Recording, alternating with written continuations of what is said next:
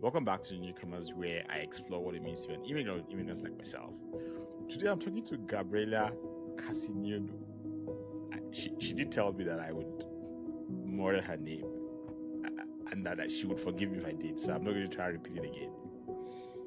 But she's been in Canada for 21 years. She moved from Romania to Canada. And I mean, Canada has this thing where people can't find jobs, because no Canadian experience and all the things that come.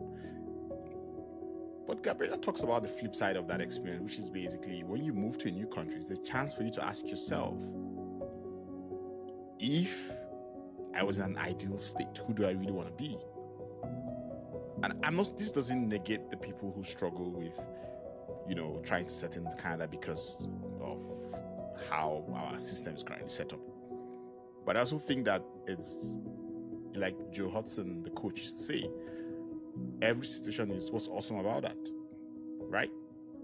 Well, let's get to our story. Enjoy.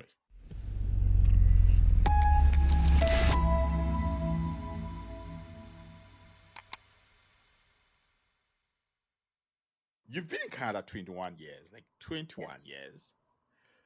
Oof, that's a while, because I've just been here 4 years plus. It goes fast. It goes fast, right? I know. So, and I think I'll start off with this thing. Someone said that once on the podcast that she thinks of the immigration journey as growing up. So then she had been in Canada for 15 years. So she said now she's a teenager in Canada. Mhm. Do you think what do you think of that analogy? So because it would mean for you're now like a young adult in Canada, so would it be right to say that you're a young adult in Canada right now? It depends on how you define, how you label the stages. Because when you come to Canada, you are at a certain stage in your life. What you consider what was before it, your adolescence, your teenage years, then you can say here is your adult years in Canada.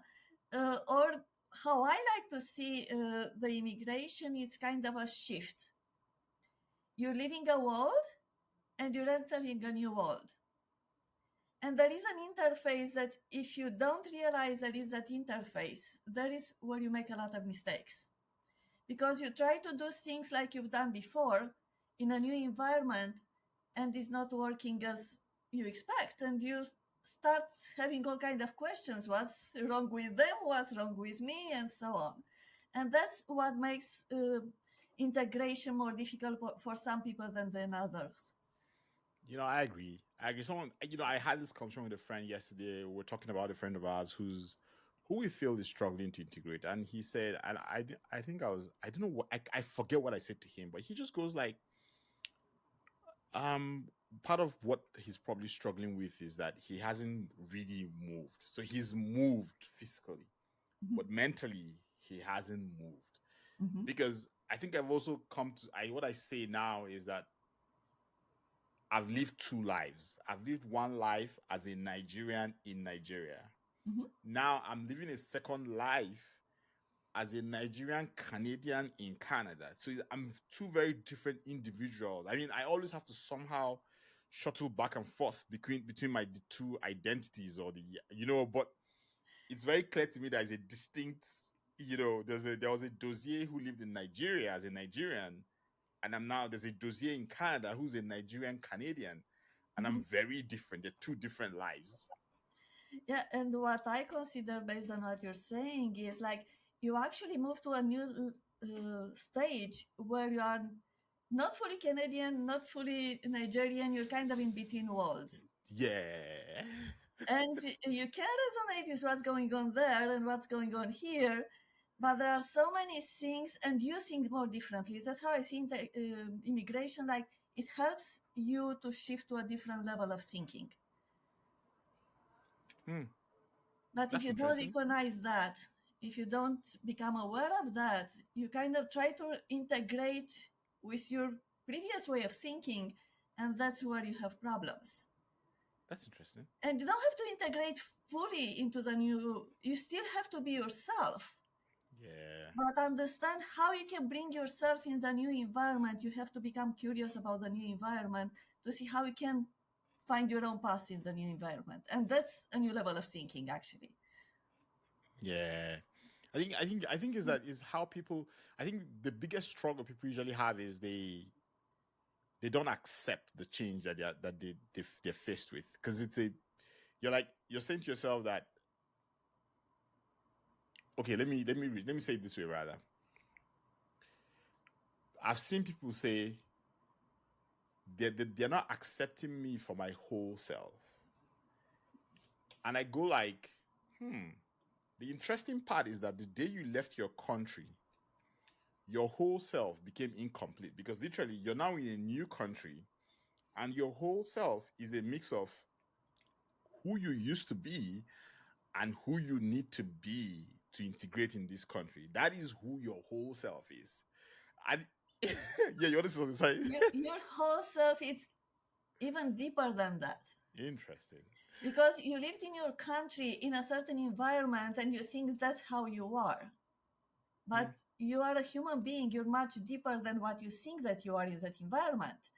And when you move in a new environment, the deeper part of yourself comes with you. But it's a new environment and you think you're different or you should be different. But actually, what you need to do is try to look into what's different, what I like, what I don't like, what I want to integrate from the previous life, what are the new things that I want to integrate from being in a new environment. That could be things that other people are telling you, or things that you discover, like I discovered a new path. So it's that openness that you need to be aware of, that you have to be more open to who you become, not to identify Nigerian, Romanian, in my case, Canadian, or whatever. These are just labels to me. Yeah.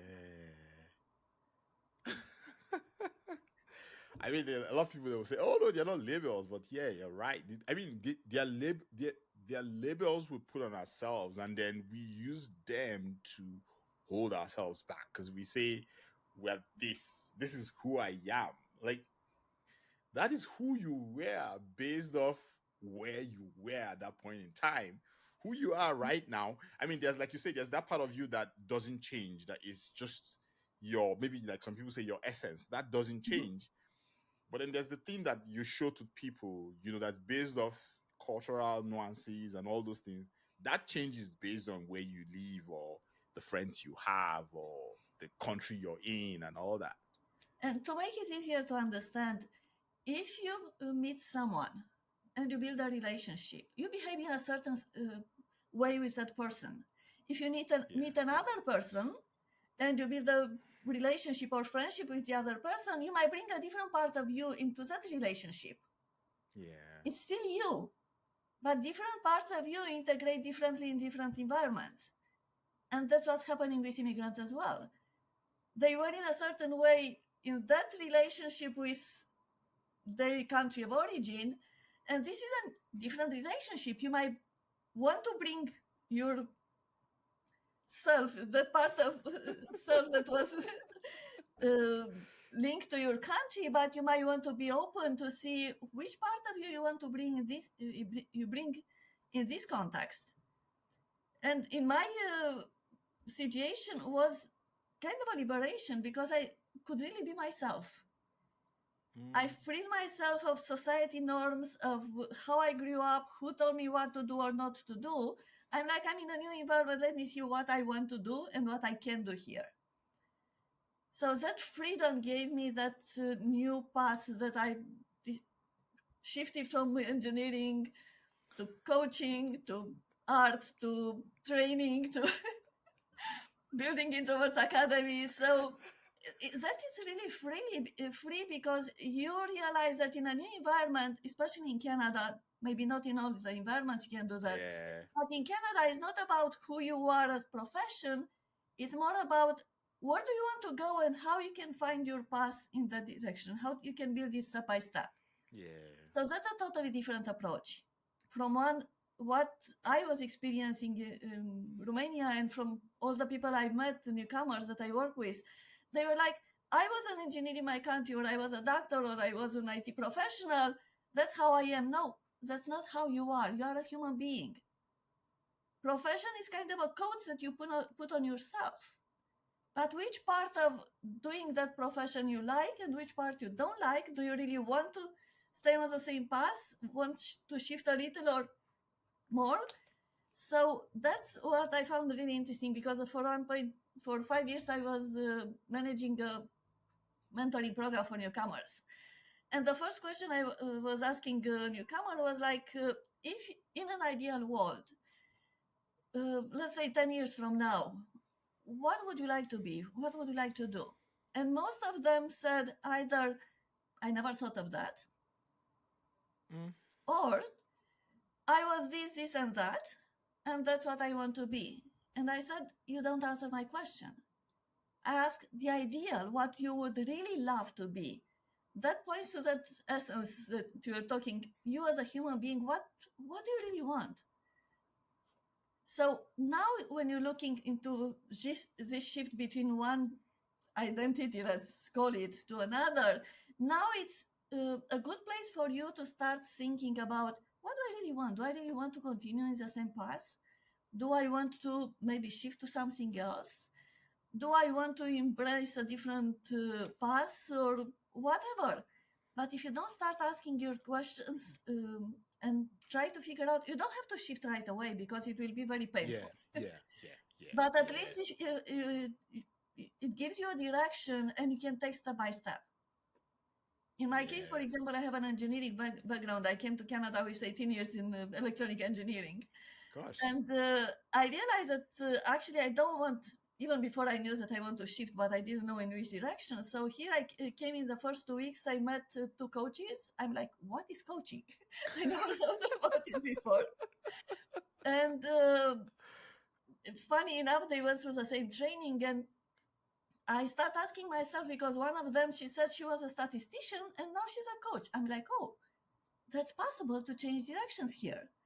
So at one point I went into to discuss with both of them. They studied the same coaching training, and I took the first class and I was hooked. It really matched my personality, my style, what I wanted to do. So from that point on, I didn't say, okay, now I'm a coach, I was an engineer. What I did in the first part, I looked for a position in the first days, 2 months, customer service, just to put food on the table. While I was figuring out what to do next, the next was to find a position with my engineering background. The next was, while I was in this position, I was taking coaching training. And at one point, I shifted from engineering to coaching, but I couldn't just shift into my business because no one knew me. You're an engineer Yeah. yesterday, today you're a coach. No one would believe me. So what I did, I went into, there was a program that was just launching about mentoring for newcomers. I'm like, I'm a newcomer. I have experience as a professional. I bring the coaching aspect to it. And I was hired as a project coordinator, never did the job, starting a new program. So they don't look at you as necessary, you have the background. They look at you, you have the skills, you have the passion, the drive to do something. So those are more important. So the human aspect that many newcomers don't realize, the human aspects counts a lot. It's not just your credentials, skills, your years of experience. It's who you are as a person, what you can bring to the organizations that counts more. So if you know how to bring this to the table, you have more chances to find a job and to move from one position to another to build a path that you want. Yeah, I mean, I think I like that, and I feel like it's a good side to. It's a good part of the one thing Canada struggles with. Because Canada does struggle with getting putting newcomers back in the careers they were in their previous country. No kind of experience, or just all that stuff going on. But I think what I like about what you say is that sometimes when you immigrate to a new country, it's actually an opportunity to ask yourself, do I really want to still keep doing this? Like, who do I really want to be? Like, what's the thing that if I had no worry in the world, what would I really be doing with myself? Mhm. That sort of thing. But the other thing it raises, which is what I don't have an answer to, and I don't know if you have I don't know if you have an answer to that, is a huge part of our identity is tied to the work we take. Like, it is tied. And as an immigrant, I feel like it is one of the few things that when we move to a new place, it's one of the few things that we understand. Like, so for example, you're an engineer, so that's the one thing you understand, like, because every other thing is in a flux, everything is new, like you don't know, like you don't know anything anymore, and so you hold on to that because that's you, that's the place where That's what you think it's you. ah Because what's happening in my country, and I noticed that in other countries as well, they put so much emphasis on education and experience and diplomas that you start to believe that you are that profession. I met at one point someone who was a doctor with 18 years experience. He was doing surgeries. He comes to Canada, you can imagine he couldn't find a job. When I met him, the first thing that he told me, he said, I'm a nobody. And my question was, do you really believe that you're a nobody? You are the same human being that you used before. So just because you don't have the job right now, you can consider yourself in between jobs, for example. You're still a human being. So when you start detaching the profession from who you are as a human being, then you start looking at things differently. Yes, I have these skills. I use them when I've got my engineering job. I use my experience, but I don't identify myself with the profession. I identify myself with the skills that I brought to that position. And with the same skills, plus the coaching, I got into the new direction, but looking at skills, not job titles, not professions. That's where I think a lot of newcomers get stuck. I'm an engineer, I have to look for an engineering position. So you're looking at that label, but there are so many positions that can use your skills, at least to get started. If you need to get the PhD, you can do it after. But if you wait to get a position of engineering right away, it's you put yourself in front of a huge barrier. Because first you don't know what's required here for engineering, for example. You don't know, or maybe you know that you need the license, but you cannot get until tomorrow. It takes time. Even if you have the license, I met someone who had the license and for 13 years he couldn't find a job in engineering. But what was happening, he was thinking that if I have the license, the organizations, the companies need to hire me. He didn't bring himself as a human being to the job search process. Because they don't hire a diploma, they don't hire a license. They hire a human being that needs to fit into their work environment and together build what the company wants to build. If you think about how you can present yourself this way, you have bigger chances to get a job than just thinking, I have the diploma, they need to hire me. If they don't hire me, it's a problem with them. The problem is in that interface in between you and them, because you need to understand how they work. That's why I wrote a book about understanding the employer perspective on hiring. It's totally different from what you think as a job seeker, not only for newcomers, in general. So there are so many aspects to the job search process. It's not just I have a resume, I send it out, I get a job. I have a 350 pages book just about the job search. Where I talk about mindset, communication, and networking, but everything from a holistic perspective. Because while you have the skills and experience, you might miss the way you present yourself, or you might miss the way the image you project might not show the credibility and trust that you expect to show. So they won't even invite you to the interview because it was not trustworthy. I met, for example, an IT professional. She was Google Analytics specialist, and she was not on LinkedIn. I'm like, you need to be on LinkedIn, especially for your profession. She's like, no, I don't like to accept invitation from strangers. I'm like, it's not about what you like, what you don't like. If you want to show others that you are in this profession and you're interested in what's going on, especially in what you're doing, you need to be on a platform where people are looking for people like you. If you're not, or if you have a LinkedIn profile with 10 connections, what image you project? That you're not interested in connecting? And we live in Canada where networking, everyone does networking at any level, not only newcomers. Everyone is networking in Canada. Like, you have to network in Canada. So you have to understand this, and you can't understand if you stay in your own bubble. That's how I did the job search before. I just sent a resume. I was hired because I had the skills and the experience. You need to learn the new environment. You need to learn not only what they are looking for, but also how to navigate the new environment. You know, I think if I was going to say that, what summarize what you said, I think it's really about focusing on what you control. Because I feel like if you focus on what you control about the situation, then you start to pick out the things that are important. Because I think more often than not, we kind of get frustrated about the things that we can't control. I can't control someone saying I don't have Canadian experience. I can't control the licensing. That's a bureaucratic mess that is going to take a while to untangle.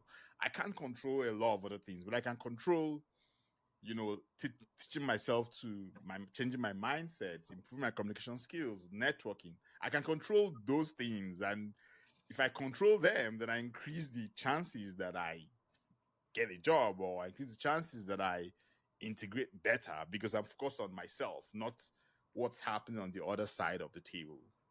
And we can control more than what you just said.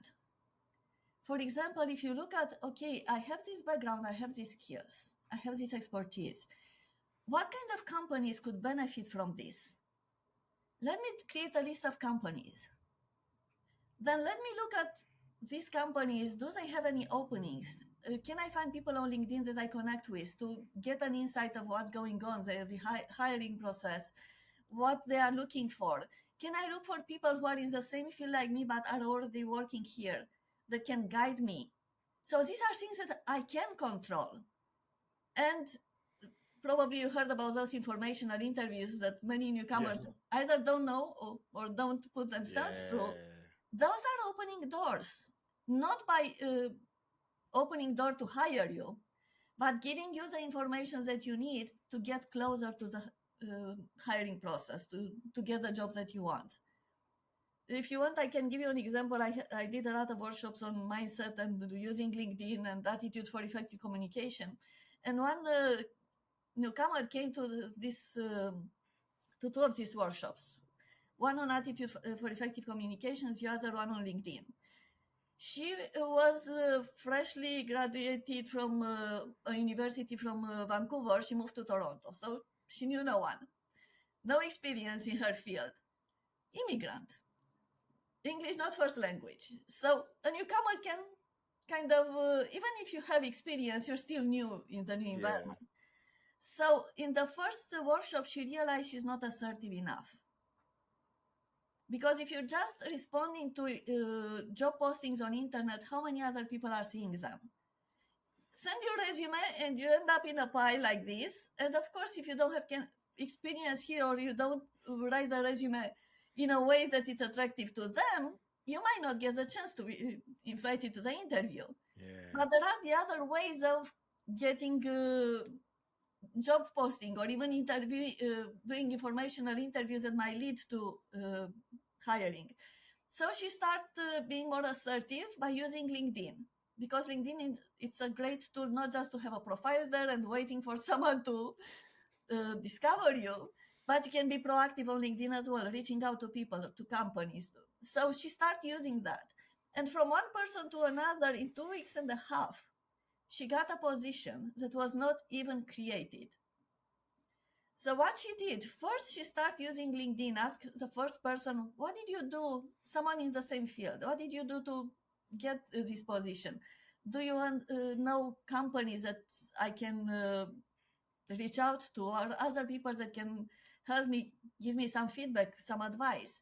From that person, she got a new direction, a new lead. She interacted with the second, the third. In this process, she told me that most of the people she talked to got their positions from informational interviews by doing information, not from, by doing informational interviews. Because what those do, beside the advice that you get, they increase your visibility Yeah. as a human being. Because if you just send your resume on internet, no one knows who you really are. When you interact with a person, they can see, oh, I like to interact with this person. I like how she ask questions, what she's saying. So you make a better impression than just the resume. So another thing that happened, she didn't have the courage to go to managerial level and all that stuff, but one of them introduced her to a VP. And she had a very good discussion there as well. And at one point, she sent her resume to someone asking for an informational interview. And the response was, hey, I think we need someone like you in our organization. Would you like to come for a real job interview? She went there. Are you serious? Hours, she got the position, and they didn't even have the position they created for her. And I would dismiss this kind of information if I didn't hear it from someone else. At one point, I was at a job fair, and a lot of people go to job fairs thinking they will get hired there. What I did, I was just talking with different people from different booths. And there was one, the guy was there getting annoyed that no one stopped there. He was selling very high priced courses. So I'm like, okay, who you are? What are you doing here? So I start talking to him. And I asked this question as a newcomer, what you can do, we need advice. He said, do informational interviews, because there are companies that might not even realize that they need someone like you, or maybe someone is in vacation or will leave soon, if they didn't have the chance to create the position. So when you're doing these things, you get into the hidden job market and you don't have competition there. So it's not just one person, it's another one, a Canadian, who told me the same thing. So that's, I don't say that everyone gets a job in 2 weeks and a half like she did, but I have other examples that really works. Informational interviews really works. That was an example, actually. With what we were talking earlier about understanding what's going on in the new environment. Yeah. I'm an example, actually, of what information interviews. I did a ton of it before I even landed. Mm-hmm. I mean, I'm always grateful to Jennifer Stack. I think that's her name. She was, because I did a course in Miami Art School, Toronto, social and content strategy. And she was like, I was like, hey, how does the job market work? She's like, yeah, just talk to people. Mm-hmm. It's called information interview. I'm like, oh, okay. And I jumped on it. I think before I moved to Canada, I had probably spoken to over about 20, 30 people in marketing. I got a job in 6 weeks. Mm-hmm. I was doing interviews within. So the first 2 weeks we are quarantined and just trying to adjust, because I landed in winter, so it was really cold. Mm-hmm. So the first 2 weeks we are quarantined. But once I started sending out my CV, hey, I'm in town. Oh, you're in town? Oh, there's this role we're hiring for. Do you want to come for an interview? Like within the first 2 weeks, I started getting interviews. By week four, I had an offer. Wow. Week 4, I had an offer, negotiated. I started week 6. Mm-hmm. So within 6 weeks, I was working. You're the real example of what's possible. Really. Because a lot of people are so stuck into their own way of thinking of how they should find a job. They don't do what you did. What you did, and you came during COVID. I came during COVID. So if it worked for you in that time, it works for everyone. But you need to be open to that, and you were open to it. Yeah. I'm a curious person. For me, that helped me to be open to learn, to reach out to people, to ask questions, even as an introvert. Because an introvert, for example, if you have something meaningful, you go toward it. Even Otherwise, you might be in a group environment where you stay in a corner or leave quickly. But if there's something you're really interested in, you go for it. So if you find your own ways, use your own strategies to get to what you want, you can move ahead very fast, like you Hmm. did, for example. Since you mentioned introverts and since you run the Introvert Academy, I have a theory that Mhm, immigrants become temporary introverts. mhm, Like when they move to a country, because you're trying to settle in, you don't know you literally just introvert, or you have what I call temporary introversion. mhm. You like what are your thoughts on that? Like, what do you think about that? Uh, from what I know, and I studied a lot, and I'm MBTI certified, the test that helps you understand if you're an introvert and extrovert, and a lot of other scientific studies. We are born introverts or extroverts. Our brain is wired differently for introverts and for extroverts. But in time, we start learning new skills because we need to survive. We need to move on. We need to grow. Yeah, So you might see an introvert that is very talkative, and you might consider it an extrovert, because actually how a person is perceived might be different from how the person really is. yeah. So in relation to what you were saying, what I think is happening is, first of all, I would like to see a research study that shows how many introverts, how many newcomers are introverts, because I believe there are more than a half. There is a report by Psychometrics Canada that shows that 48% of the population, those who took tests, 58,000 tests, 48% are introverts. So it's a big percentage, it's not a small one. Yeah. And my belief is that there will be more newcomers as introverts than extroverts. Because if you have a dream, you go toward that dream, and the introverts do that. But even if you don't have the research results, the research studies, what happens, I think, when you come here and you start looking for jobs and you don't hear from anyone, if you're just doing it online, sending resume, or you have an interview and it doesn't go well, and the time goes by, you start questioning yourself. You start letting all this situation kind of put you down, and you might become shy. You might be afraid.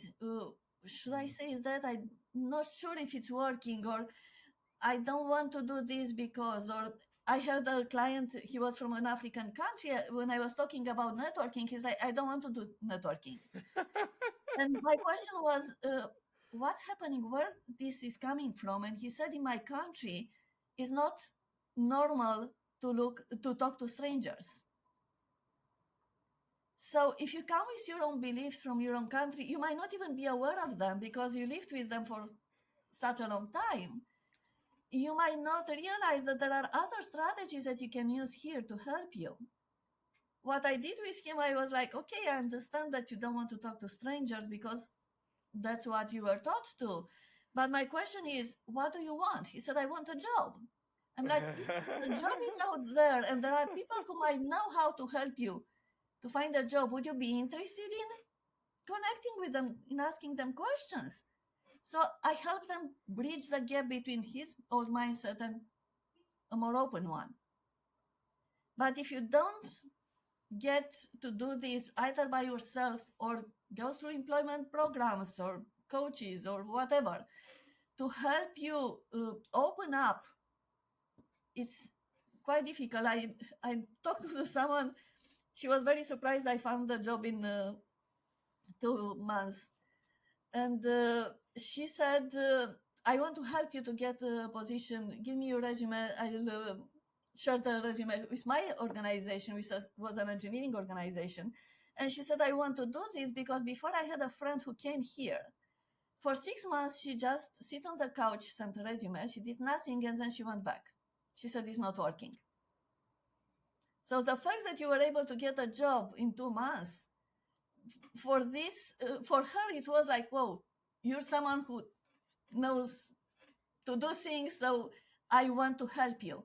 So here, a lot of people are saying that, oh, you know someone, they bring your resume. But if I don't trust you, I don't pass on your resume here. It's not that you're my friend or you're my cousin. Let me get my company hire you. It's not so. It's not working this way here. You can control the company. The best thing you can do, if you want, is to pass the resume. But sometimes I don't even want to do that if I don't trust that the person might be a good fit, because the Yeah. company might have a bad impression of who I refer Yep. Yep. and on me. So I came with this saying when I was looking for a job and then working with newcomers, that the more you help yourself, the more others are helping you. Hmm. And when you are assertive, when you are proactive, when you start talking to people, you're helping yourself. You show that you have a goal, you're willing to go toward that, and companies appreciate that attitude. Instead of, no one is helping me, no one is hiring me. Do you want to help a person like this? It's not that it's a bad person. It's just that being in that frame of mind, it's even draining your energy. You don't have the energy to do what it takes to get the job. And if you go to the interview this way with that mindset, you might not even get the job, even if you have the skills. Hmm. I mean, I'm just wondering if, like, what if the person has just been beaten down by the system? How do you help them get out of that mindset? Because like you, for newcomers, like I'm always in between with a newcomer, in the sense that yes, you can be lazy and stuff, and that if you're that, I'll call you out. But I think there are also people who have tried and tried and tried, and for some reason it just didn't work out, and so then they become unsure. They start to second Mhm. guess themselves and stuff, and it's just like, how do you even get those kind of people to see that they can grab some form of control and start taking the first steps out of all the muck or whatever is happening with them? One way of doing it is to ask them, okay, you couldn't get a job up to now, but what did you learn from when you came here up to now? If they see there is some learning, so there is some progress here, at least you know what you can't do or what Yeah. doesn't work. And then you shift it into what could be one thing that you can do differently. Try it. So when you start baby steps like this, and you're doing something different, and you see at least someone is talking to me, because I'm coming from a country, when I came here, I was like, why should someone answer my question about an informational interview? And when I start talking to people, I realize that actually they feel honored you're asking their advice. So when you open a newcomer the mind that, hey, actually, you make them feel good and you gain Yeah. something in the process, they might be Mhm. willing to.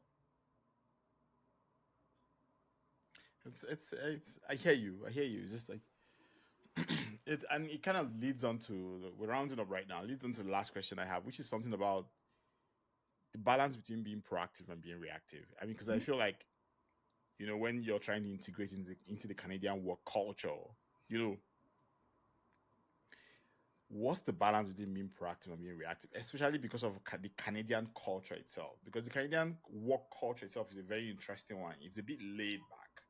It's things that are left unsaid, you know, and so sometimes I feel like, or if you're very proactive, you can seem very forward, and you can break some cultural nuances that in the end it doesn't work in your favor because you did that. So like, how do you find that balance between being proactive and being reactive? Because a lot of what you a lot of what you suggest or what you talk about is front foot forward. Is you're putting yourself out there, you're going out there, but you still have to battle with the culture itself. And the Canadian culture, honestly, is not that it's bad. It's just that it's a very laid back, it's a bit conservative kind of culture.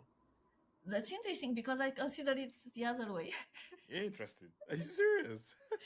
Yeah, because there is one thing that about um, what you're saying, that there are things that are not written or unknown, but there is the other part that I see in the Canadian culture, people are more proactive, people are more assertive. You see people leaving this position to get another one for a better salary or for a better position or just for a new experience. But if you're coming from a country where you have like in my country, I started as in engineering, and people were like, "Why do you want to quit engineering?" When I said I don't want to stay in engineering forever. So you kind of have that battle in your mind, actually, between what you think it should be or you're used to be and what is really here. Because even in your countries, there might, as a stranger, if you go into a new country, you don't know everything. There are things Yeah. unseen. But how do you survive? You don't think Yeah. of that. So when you come here, being proactive, my suggestion would be not being proactive because you have to. Be proactive because you're curious. Oh, that's there. That's a very big switch. Yeah, that's a very big switch. What information am I missing? What That's a very strategy big can I switch. use? Who I can reach out to? So when you switch it from this society is like this, they don't want to hire me. When you switch from a statement to a question that comes from curiosity, you become proactive without imposing your that you I have to be proactive. You know? Oh, that's a really huge switch. Like that's a huge switch. That thing, and because yeah, I believe questions are open doorways. Like questions are like you should. I always tell people that you should ask more questions than you have answers. Because if you ask more questions, then like the world is a much more beautiful place if you're always asking questions. You know. Yeah, ask questions and listen to the answer. Don't listen with the idea, oh, I know better or it's different. Because Yeah. even if it's similar to what you know, maybe there is a small part that is different or lands differently with you right now. So asking the question, but be open to listen. Analyze after. Just suspend what you know. There is this saying, come with a beginner mind. Ask a question with a beginner mind. Get the answer, and later on, take it, discard it, take a part of it, analyze it, do whatever you want. But in the moment, when the other person notices that you're listening, they will be willing to share more. And you will gain more by absorbing it. You don't have to process everything on the spot. Yeah. Thank you. If like this has been so good, but I want just want to ask one more question, which is if you were to put everything into one tip for newcomers who move to a new country, just trying to get a job, like what would that theme be? Like what's your one fail safe advice for a newcomer who's struggling with being shy or struggling integrating into the culture and blaming themselves? What's that one thing you would tell them? Reframing. Ah. What I mean, for example, if someone tells you do networking and I don't do networking, reframing could be actually, I have a question. I want to know this. Who I can ask? I can reach out to I that. love That that. is networking, I but love you that. reframe it. In the interview, is the same. You need to reframe what you think about what the employer wants and needs into what they are looking for and present your answers that way. So everything that you don't agree with, reframe it. Look from a different perspective. Mm. Gosh, I love that. I really love that. It's gonna be helpful for me too because some things I struggle with, like I just see just changing how you describe it in your head changes the energy with which you come towards that conversation. Exactly, yeah. And that's the first step. Once you change how you see it in your head, you take different actions, you have different Yeah. energy, you get to a new place, from there you start doing the same and you move forward. Thank you so much. My pleasure. Thank you. Oh gosh, this is so good. Thank you. Thank you so much for inviting me. Reframe it, people. Reframe it. Yeah, I like that a lot actually, because the idea, like, if you reframe the situation, your head, you literally win in your head, because then you're like, it's no more, oh, I hate this. It's more like, what's the best way to do this? But as always, man, thank you so much. Like, thank you for getting to this point of the podcast. If you know someone I should talk to, send them my way. If you know someone that would find this useful, just hit forward, share, like, just send this to them. Just send the link to them. We're on Substack, we're YouTube, anywhere you get your podcast, you can find the Newcomers on there. Have a beautiful day, people. Cheers.